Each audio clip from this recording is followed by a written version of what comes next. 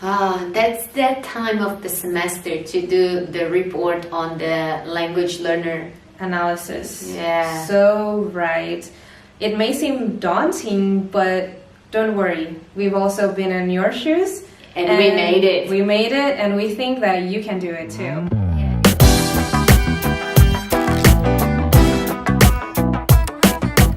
So as far as I remember, there are like two parts of the assessments. Yeah. So for this assessment, the first thing that we need to do is to interview someone that you know. It can be a family, a relative, or a friend that has a beginner to intermediate level of proficiency in English. But we cannot interview our own classmates. It has to be someone from outside the program because our classmates, they already know too much. And they already have a good proficiency in English. So And then when I was interviewing one of my friends, I remember that I asked him like simple questions such as like to describe our hometown, right. And also why he thinks it's so hard to learn English and what he's struggling with. Yeah, we can also talk about his or her hobbies, his family, his future plans, and any easy topic that the learner is comfortable, that our interviewee is comfortable with. And it doesn't have to be too long. A 5 or 10 minute interview is already enough for this report. You should have enough examples to base your analysis. Think about it. I think the easier the questions are, the more input and the more things and issues you can analyze. And if you need more examples for the questions, you can find it in the guidelines. Yeah, that's so good. Okay, so after we interviewed, I think we had to write like a report. I remember that we had to transcribe the interview. Yeah, that's right. What after that? So after we transcribe the interview, we have to analyze our interviewee's interlanguage. And then write a report on it.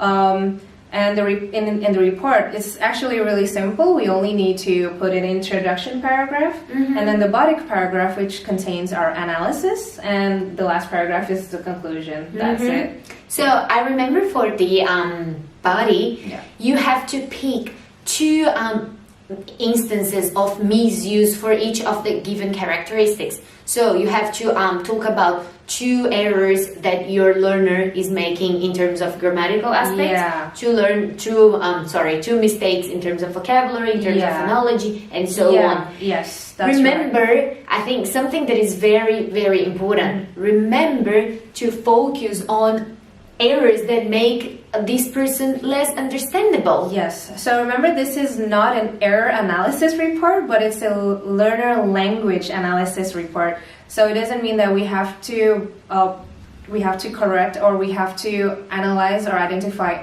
all the errors, but just choose the general errors that might make the learner less understandable. Yes. That's it. Which errors impede their communication while we were interviewing them? Did you understand their message? Maybe not. So that's the sort of things you should be looking at instead of just trying to fix all the errors or trying to find out if they use all the past corrects. Even us, we make so many mistakes. So.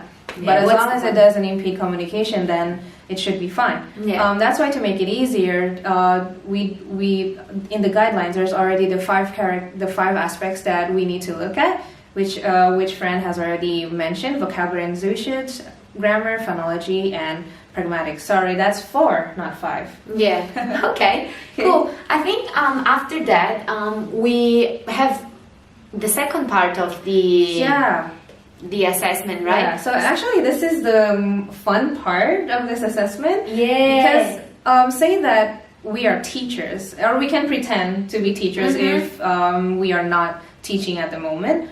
But based on the learner language analysis report, we can actually make real pedagogical suggestions for our interviewee. So, I remember that this was a very interesting part, and I managed to relate it to a lot of the theories we learned in the course.